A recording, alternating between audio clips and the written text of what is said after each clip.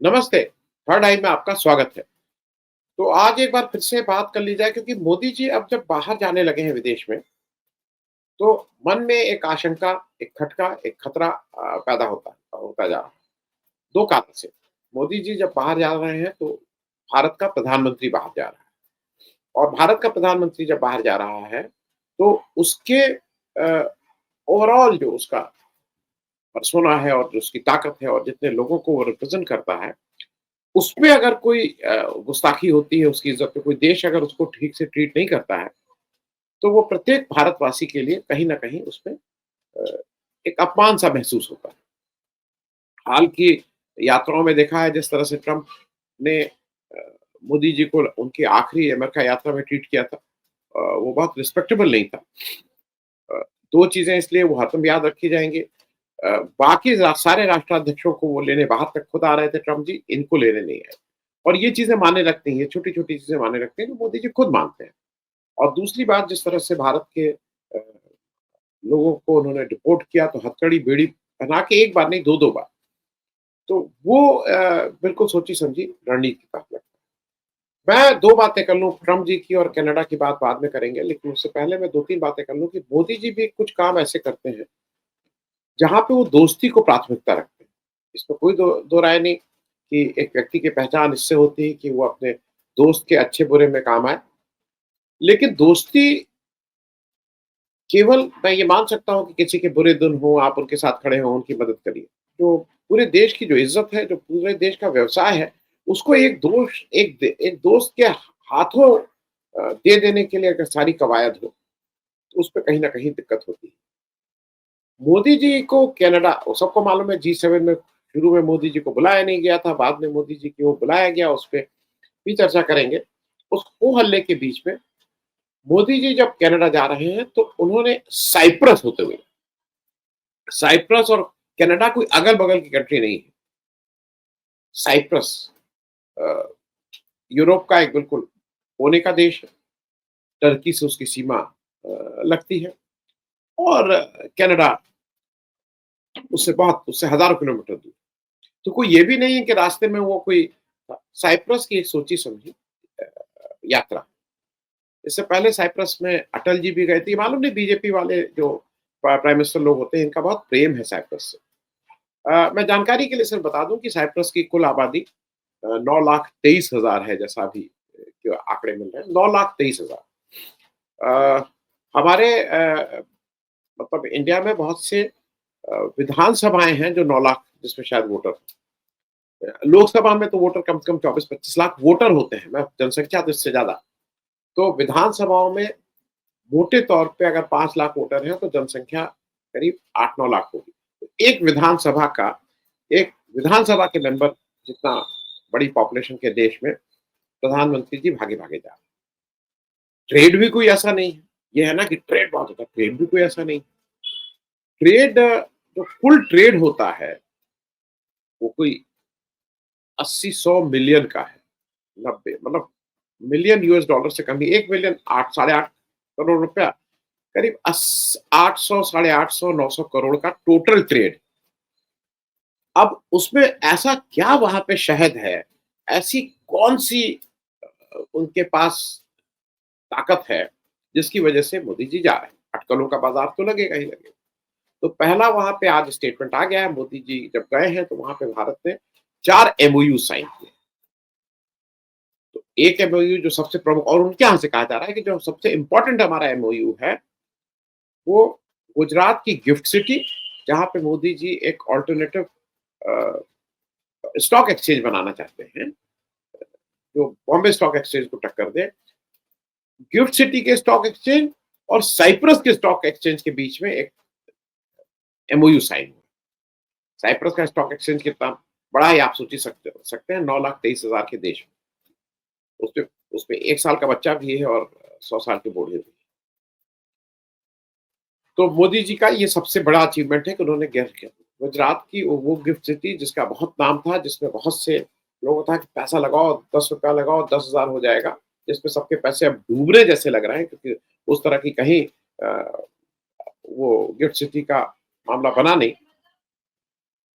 लेकिन जो सबसे बड़ा कारण मेरी समझ में है, मोदी जी जब-जब मित्र संकट में होता है, तो उसके संकट मोचक के रूप में सामने आ जाता है।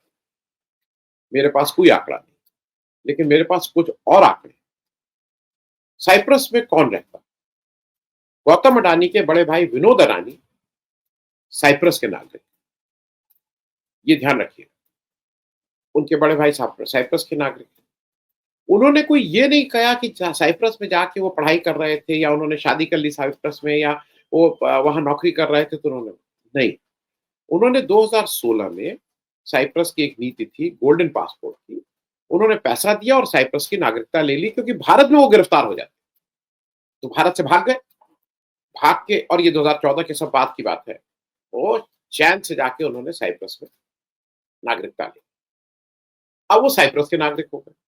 और मैं ये भी आपको बता दूँ कि बहुत से हिंदुस्तान के भगोड़ों ने, हिंदुस्तान के बहुत से आर्थिक अपराधियों ने साइप्रस की नागरिकता ली थी, जिसके चलते साइप्रस ने 2020 में अपनी ये गोल्डन पासपोर्ट योजना को बंद कर दिया।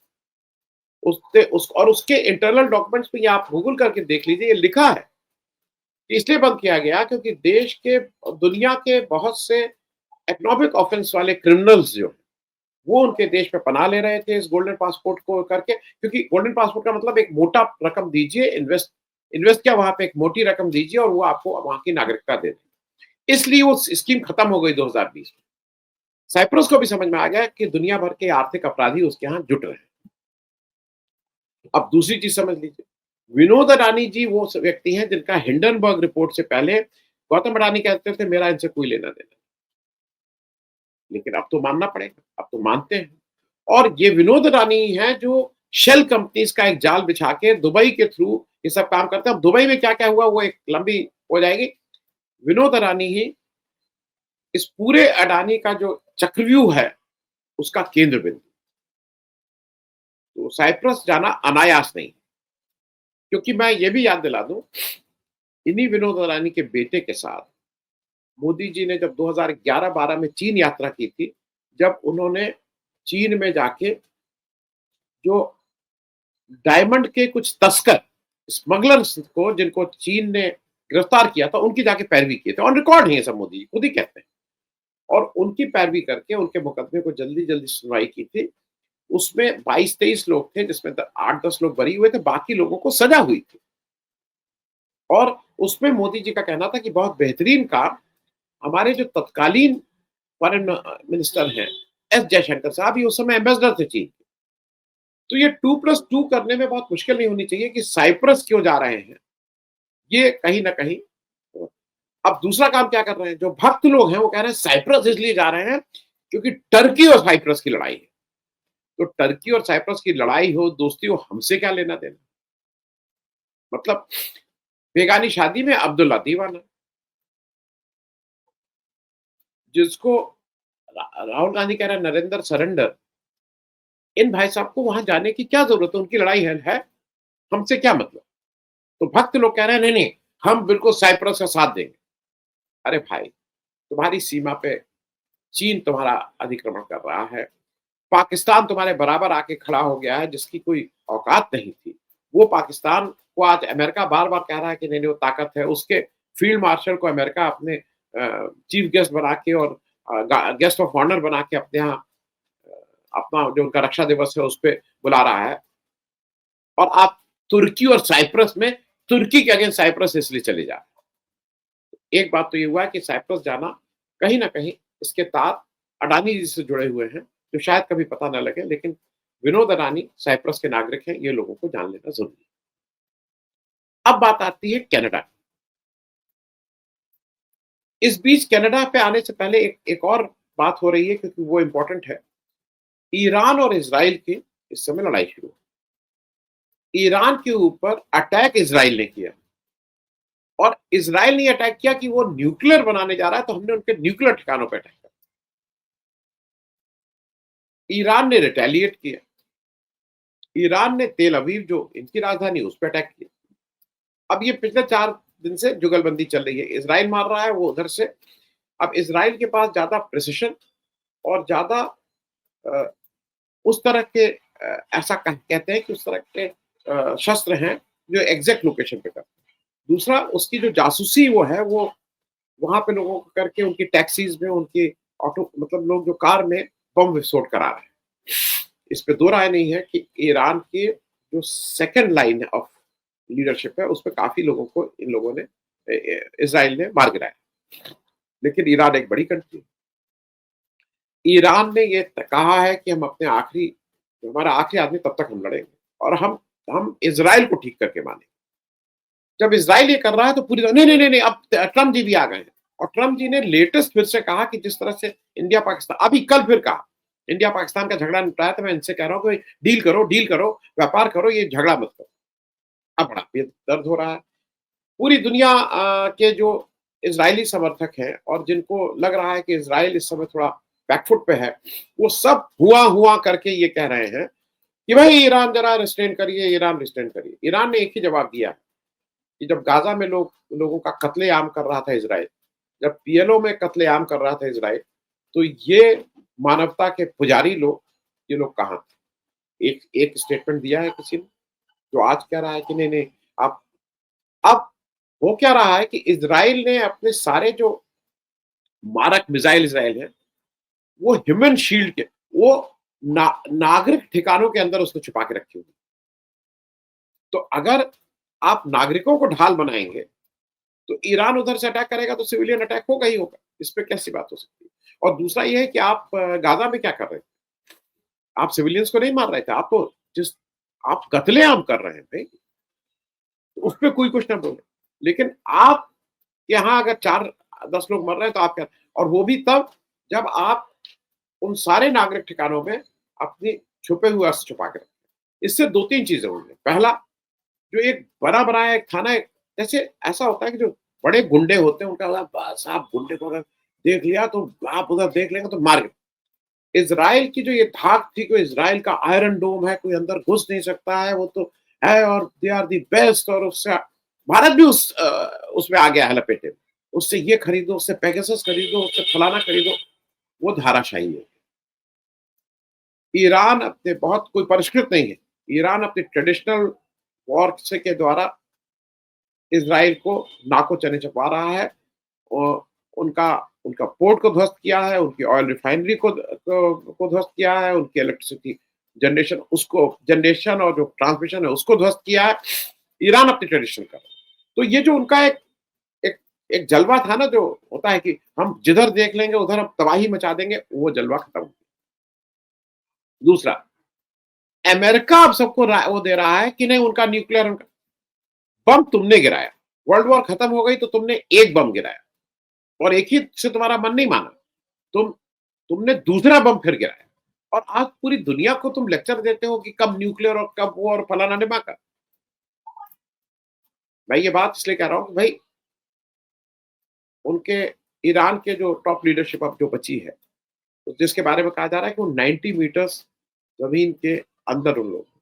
क्योंकि अमेरिका का ये दावा है कि वो 60 मीटर्स अंडर द ग्राउंड तक उसकी न्यूक्लियर जो उसके पास न्यूक्लियर आर्मामेंट है, जो न्यूक्लियर हथियार है, वो वहाँ तक वार कर सकते हैं। वो 90 मीटर पे है। 80 मीटर पे जैसा कहा जा रहा है कि 80 मीटर पे उनके काम चल रहे हैं न्यूक्लियर के ऊपर। ये वॉर जल्दी खत्म होने वाली नहीं है। क्योंकि इसमें अच्छा दूसरा क्या है, आज इज़राइल के ऊपर से अगर अमेरिका हाथ हटा ले तो क्या है? अमेरिका सारी जगह घूम-घूम के सबको हथियार भी दे और मारो, मारो, मारो करे और जब तुम्हारा दोस्त पिटने लगे तो रिस्ट्रेन, रिस्ट्रेन, डील, डील ये सब करने लगे। ये दोगलापन नहीं चल सकता। समन हैज़ टू टेल कि अ, कौन-सी चीज़ क्या है। आज ये आज दुनिया के पटल पे आ गया है। जॉर्डन को मार-मार के अमेरिका ने अपने साथ कर लिया। आज अगर जॉर्डन अलग हट जाए, तो जो पिटाई होगी इज़राइल की, वो सबको पता है, पूरी दुनिया में पता है। ये 2 लोगों को लड़ा के अब एक चीज़ क्या हो रही है कि इसमें चीन और रूस का पक्ष बिल्कुल क्लियर है, वो ईरान के साथ खड़े हैं। अमेरिका पूरी तरह से इज़राइल तो प्रायोजित अमेरिका द्वारा प्रायोजित है। अमेरिका वियतनाम का घाव अभी भूला नहीं है। अमेरिका अफ़गानिस्तान का घाव भूला नहीं है। और आज इस सूचना टेक्नोलॉजी के उसमें जब एक-एक छोटी-छोटी चीज़ें यहाँ से वहाँ तक पहुँचती हैं, उसपे बहुत क्लियर है इस सूचना क्रांति में लोगों तक सारी सूचनाएँ पहुँचाएँ। तो अमेरिका अफ़ोर्ड नहीं कर सकता है कि अब उसके लोगों का, बाकी तो हो लेकिन लोगों की हानि हो। तो अमेरिका अपना फ़िज़िकली कभी इसमें पार्ट नहीं करेगा।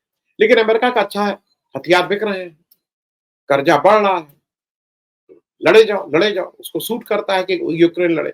यूक्रेन लड़ेगा तो अ, उसके ऊपर और कर्ज़ा बढ़ाते जाएँगे। वही चीज़ इज़राइल की है। मेरा सिर्फ़ मानना ये है कि यहाँ से भारत को एक बिल्कुल क्लियर स्टैंड लेना चाहिए और उस स्टैंड में आपको इज़राइल के साथ खड़े हुए नज़र कहीं नहीं आना चाहिए। आप अगर नॉन अलाइन्ड हैं, तो आप नॉन अलाइन्ड हैं। आप ये नहीं हो सकता है कि आप इज़राइल के साथ खड़े रहें और जब यहाँ पे वो मारे तो आप कहें नहीं, देखो तो ये ह्यूमन राइट्स वायलेशन। और अंतिम बात कह के मैं खत्म करूँगा।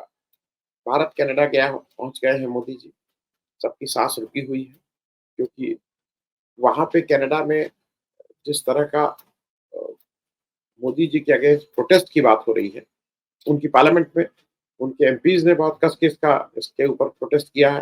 उनके मंत्री को उठ के कहना पड़ा कि भई ये G7 का था, कोई हमारा इंडिविजुअल एक देश का नहीं था, आप क्या करते? वहाँ पे मोदी जी इस बार और बार-बार आ रहा है कि इनकी सुरक्षा का वो बढ़ाया गया है, इंतज़ाम पुख्ता किए गए हैं।